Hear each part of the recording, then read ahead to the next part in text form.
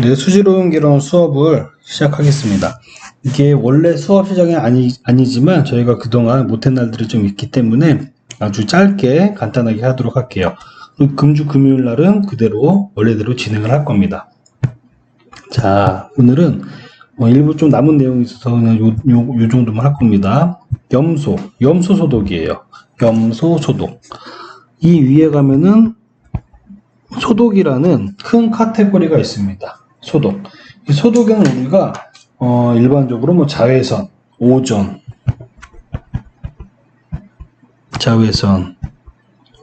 그리고 염소 등등등등 있죠. 근데 우리가 하수처리나 폐수처리나 정수에서 가장 많이 사용하는 것이 뭐냐면은 이 염소 소독입니다. 염소 소독. 자, 그 이유를 한번 보도록 할게요. 자, 먼저 염소. 대표적으로 사용하는 소독제. 원소 상태인 염소는 보통의 온도 압력에서 독성이 있는 황록색의 기체이다. 수분이 존재하면 부식성이 매우 강하므로 높은 압력하에서 건조한 액체로 저장된다. 또한 염소가스는 공기보다 약 2.5배 무거우며 자극성이 강한 냄새를 가진다. 염소가스는 비폭발성, 비가해성이지만 250도씨의 높은 온도에서 연소를 도울 수 있다. 자, 기타 등등 이런 내용들은 크게 중요하지가 않습니다. 단순히 염소에 대한 설명이에요. 우리가 중요한 거는 소독이라 그랬잖아요. 그러면 과연 어떤 식으로 소독이 되는지, 소독이 되면서 어떠한 현상이 발생하는지 이런 게 중요하거든요. 자, 다음 과목 볼게요. 자, 여기에서가 중요한 거예요. 하수에다가 소독을 하기 위해서 염소를 주입하는 겁니다. 맞아. 근데 여러분, 우리가 소독은 왜 할까요? 소독. 대장균 때문에 그러는 거예요. 대장균. 우리가 배출오염 기준 있잖아요. 폐수든 하수든 배출 허용 기준이라는 게 있습니다. 여기에는 대표적으로 BOD, COD, SSTN, TP 등등등 있는데 요번에 이 COD가 TOC로 바뀌죠. 어쨌든 BOD, TOC, SS, TN, TP 그리고 대장균이 있어요. 대장균. 이 대장균을 우리가 없애려면은 멸균을 시켜야 되잖아요. 즉 소독, 살균 소독을 시켜야 돼요. 이것 때문에 우리가 소독 과정을 거치는 겁니다. 어쨌든 하수에 염소를 주입하면 여러 가지 반응이 동시에 일어나지만 온도, pH, 하수의 완충력, 염소의 특성에 따라 반응에 영향을 끼친다. 염소가스를 물에 주입하면 반응은 다음과 같다. 가수분해가 되죠. 물속에 들어가서 가수분해가 됩니다. 중요한 놈이에요. 얘가 이온화가 돼요. 이렇게 됩니다. 중요한 놈이에요. 왜 중요할까? 얘네들이 살균력이 강해서 그런 거예요. 자, 염소가스를 물에 주입하면 가수분해가 되고 이온화가 되는데 이때 발생하는 차염소산 이온하고 차염소산이 살균을 나타낸다. 소독 과정에서 소독을 이루어나게 하는 겁니다. 얘랑 얘가. 자, 살균력은 차염소산 이온보다 차염소산이 약 80배 정도 강하다.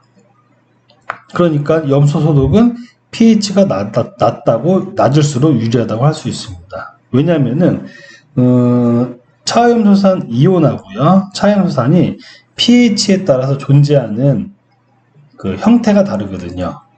어떻게 다르냐면은 이렇게 다릅니다. 즉, 두 개를 합한 농도가 같은 거예요. 두 개를 합했을 때 같을 텐데, 대충 한, 요 정도? 여기가 7이니까 7을 어쨌든 거의 중성에 가까운 거죠. 이걸 기점으로 pH가 낮으면 낮을수록 차염소산이 아주 많아지고, pH가 높을수록 차염소산 이온이 많아지는 거죠. 그럼 여기서 어떻게 됐습니까? 자, 차염소산이 훨씬 더 차염산 이온보다, 이온화된 것보다 소독력이 훨씬 셌죠. pH가 낮을수록 유리하다고 했습니다. pH가 낮을수록 얘가 많아지니까 유리한 거죠. 자, 이 그래프를 가지고 설명할 수 있는 내용입니다. 이 그래프 꼭 기억하셔야 돼요. 꼭 기억해 주세요. 자, 어쨌든 염소가스가 물에 들어와서 가수분해가 되고 이온화되면서 소독할 수 있는 물질들이 생성된다. 차염소산 이온과 차염소산이다. 이때는 차염소산 이온보다 소독력이 훨씬 강하다. 그래서 pH가 낮아야지만 유지하다. 여기까지 했어요. 자, 그 다음 보겠습니다. 그런데 우리가 실제 하수에는 엄청나게 우리가 알지 못하는 오염물질들이 굉장히 많죠. 그죠? 굉장히 많습니다. 그래서 또 발생하는 이야기들이 있어요. 그게 요번 페이지예요. 하수 내에는 각종 오염물질이 존재하는데 환원성 물질이 염소와 반응해서 염화물을 형성함으로써 소독을 위한 염소량을 감소시킨다. 예를 들면은 물 속에 여러 가지가 물질들이 있는데 환원성 물질, 뭐 예를 들어 뭐가 있을까요? 뭐 설퍼나 황 종류들이 이제 환원성 물질들이 있을 거거든요. NO2 같은 경우나. 자, 이런 질소화합물이나 황화합물의 환원성 물질이 있을 텐데, 자, 이런 애들이 많아지면 염소는 소독을 시켜야 되잖아요. 근데 얘네들이랑 결합을 해버리는 거예요. 결합을 해가지고 염소를 이용해서 소독할 수 있는 양을 줄어들이니까 소독력도 약해집니다. 그 중에서 환원성 물질이 굉장히 많은데 그 중에서도 가장 우리가 중점적으로 봐야 되는 게 이 암모니아예요. 왜냐하면 암모니아가 굉장히 많이 있으니까. 하수에는 또한 상당한 암모니아를 함유하고 있는데 염소가 주입되면 상호 반응해서 클로라민 화합물을 형성한다. 클로라민. 이게 pH에 따라 다르게 나타나는데요. 1번, 2번, 3번이라고 할게요. pH가 8.5 이상, 4에서 8.4, 4.4 이하로 되어 있으니까. 자, 첫 번째. 모노클로라민이 형성되네요. pH가 8.5에서 모노클로라민, 그리고 디클로라민, 트리클로라민 이렇게 생성됩니다. 차염수산하고 얘네들이 있는데 소독을 하기 위해서 얘네들이 있는데 얘네들이 암모니아를 함유하고 있는 하수에서 암모니아랑 만나서 이렇게 돼버리는 거예요. 그죠? 요 암모니아 요거랑 시작돼서 이렇게 되고 요게 가서 이렇게 되고 요게 가서 이렇게 되고 그죠? 이해가 되죠?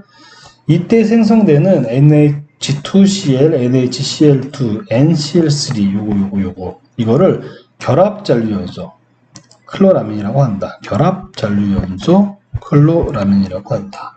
자, 결합되어 있는 잔류염소입니다. 나는 소독을 시켜야 되는데 결합이 되어 있어요. 결합되어 있으니까는 소독할 수 있는 애들이 있나요? 없죠. 잔류염소. 이렇게 결합이 아니라 프리클로라이드, 즉 결합된 게 아니라 프리 상태로 돼야 돼요. 그런 염소들이 소독력을 나타내서 살균을 시키고 대장균을 죽일 텐데 이런 애들이랑 암모니아 특히 얘랑 결합되어 있기 때문에 소독력은 없는 거예요. 약합니다. 상대적으로 약해요. 그래서 결합잔류염소 또 클로라민이라고 합니다. 요거 꼭 기억해 주셔야 됩니다. 암모니아랑 만나서 시작하는 거예요. 암모니아. 알겠죠? 자, 그래서 살균력으로 보면은 아까 전에 차염소산 이온보다 약 80배 정도 세다 그랬어요. 얘랑 그죠? 그래서 pH가 낮을수록 좋다 그랬습니다. 그리고 이 클로라민들도 있는데 얘네들은 살균력이 어떤가 볼게요.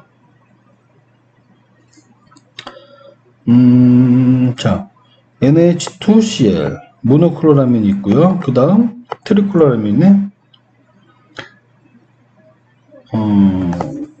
여기서 잠깐만 뭐 하나 빠졌네요. 여기 중간에 하나 빠졌습니다.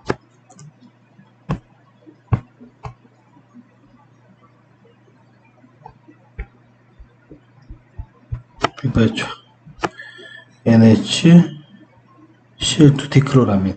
디클로라민 중간에 들어가고 이렇게 되는 거예요. 그러니까 차염소산 이온 디클로라민. 모노클로라민, 트리클로라민 이 순서대로 갑니다. 살균력도 기억을 해주셔야 됩니다, 여러분. 알겠죠? 자, 그런데 우리가 이렇게 염소를 이용해서 살균을 계속 했어요. 살균을 했는데 또 재밌는 일이 하나 발생이 됐습니다. 재밌는 일. 뭐냐면 질소가 제거되는 아주 재밌는 일이 발생했어요. 질소 제거는 여러분 우리가 생물학적 처리 갖다가 하거든요. 생물학적 처리. 질소를 암모니아를 NO2, NO3를 거쳐가지고 질산화 과정을 거쳐가지고 N2 즉 나이트로박터랑 나이트로소모나스를 이용해서 슈도모나스까지 가서 환원 과정을 통해서 N2 가스로 날려버리는 건데 생물학적 처리를 하는 거죠. 생물학적 처리를 이용해서 질소를 제거를 하는 게 대다수인데 그런 줄로 알고 또 그렇게 해왔습니다. 근데 암모니아로 염소로 소독을 하다 보니까 질소가 제거되는 거죠. 그거 한번 볼게요. 어떻게 되는지. 그래서 화학적 질소 처리 방법 중에 하나입니다. 자, 염소 잔류량이 이렇게 있고 시간에 염소 주입량이 이런 관계성이 있습니다. 자, 염소를 주입을 하면요. 잔류량이 맨 처음엔 없어요. 없다가 잔류를 했다가 조금 떨어지다가 잔류량이 많아지는 거죠. 여기에서 잔류량이 많으니까 소독력이 굉장히 좋겠죠. 자, 요까지 됐습니다. 자, 그럼 요 그래프의 단계를 볼게요. A, B. 처음에는 물론 이게 여기 이렇게 설명이 되어 있긴 합니다, 여러분. 설명이 되어 있긴 한데 그래도 한번 볼게요. 수중 환원 물질과 반응해서 염소가스를 주입해도 잔류량이 없다. 잠시만요. 네. 자, 첫 번째가 수중 환원성 물질과 반응해서 염소를 주입해도 잔류량이 없다. 요 내용을 보면은 요 1구역, 여기 A, B 구역,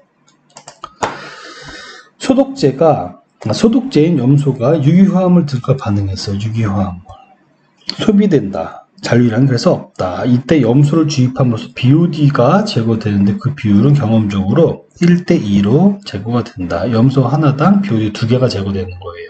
그렇죠? 자, 두 번째. B에서 C. 암모니아 반응하여 클로라민이 형성된다. 여기에서 클로라민이 형성되는 구간이네요. 클로라민 형성되는 구간. 반응식 기억. 요거 꼭 기억해야 되는 겁니다. 자, C에서 D. 3구역. 계속 염소가 주입되면 클로라민과 차염수산이 반응해서 질소가스로 파괴된다. 이거 매우 중요해요. N2 나왔죠? N2 나왔습니다. 자, 모노클로라민이 있었어요. 그죠? 아까 클로라민에서 모노클로라민이 차염소시랑 만나가지고 차염소산이 계속 들어오니까 여기에는 질소가 N2 가스로 날아가는 겁니다.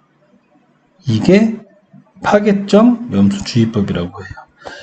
염소 소독제가 염소 이온이 되었기에 소독제 잔류량은 오히려 감소한다. 하지만 염소를 주입함으로써 물속에 있는 질소를 질소가스로 제거할 수 있는 기술이 발견되었고 이를 파괴점 염소 주입법이라고 한다. 여기입니다.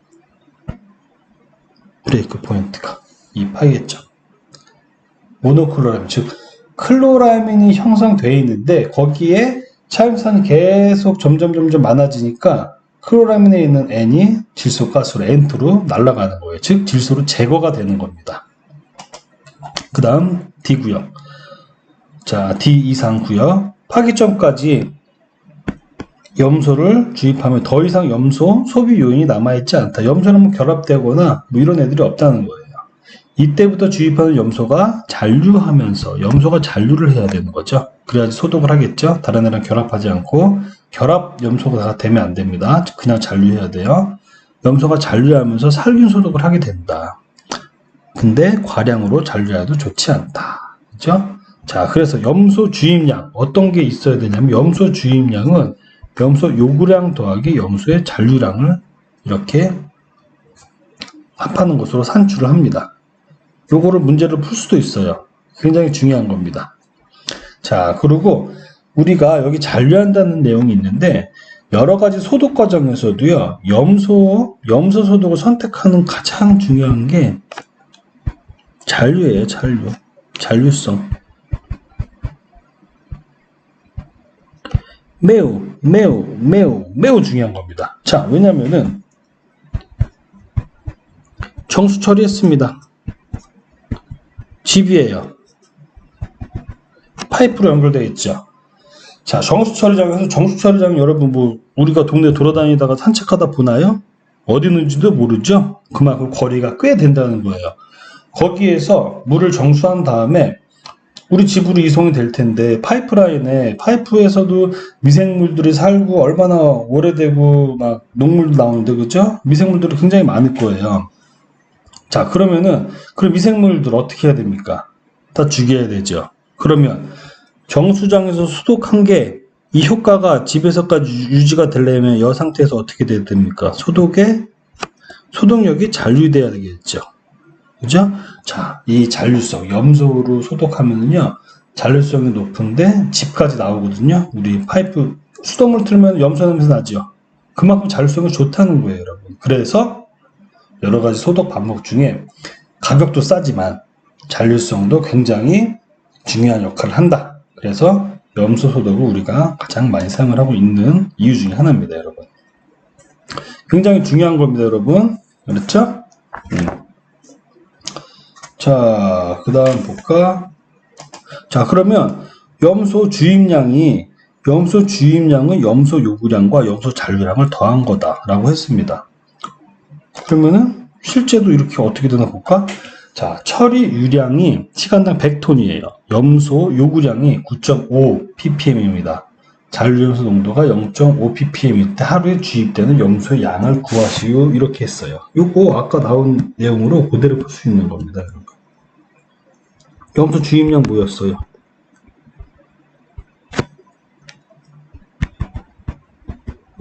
주입량 뭐였습니까? 요구량 더하기 잔류량이었죠. 자, 그럼 주입량 x 이렇게 하지 말고, 자, 이렇게 하지 말고 일단 여기에서 농도가 나왔죠. 양으로 나오면 그대로 해도 되는데 일단 농도로 나왔으니까 똑같습니다. 주입 농도는 요구 농도 더하기 잔류 농도가 되겠어요. 그죠? 9.5mg/L 더하기 0.5mg/L죠. 그러니까 이게 뭐예요? 10 ppm mg/L 이렇게 나왔습니다. 그래서 이렇게 같다는 거 가지고 이렇게 쓴 거예요. 자, 주입 농도는 요구 농도 더하기 잔류 염도다. 이렇게 됐어요. 그럼 하루에 주입되는 염소의 양을 물어봤습니다. 하루에 주입되는 염소의 양. 자, 그러면 일단 얘가 10mg/L죠. 요거 우리 킬로그램이란 것도 나오고 이 톤이란 것도 나오잖아요.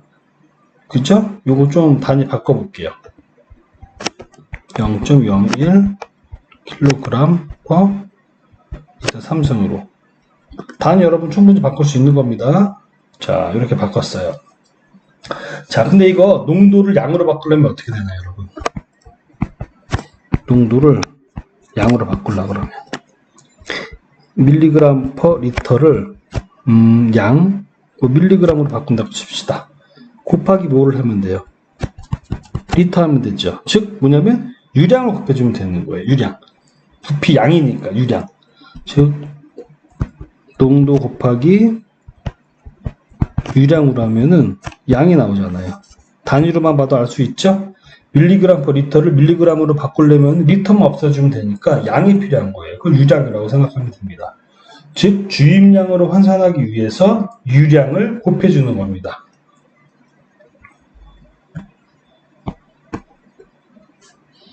자, 요까지 됐는데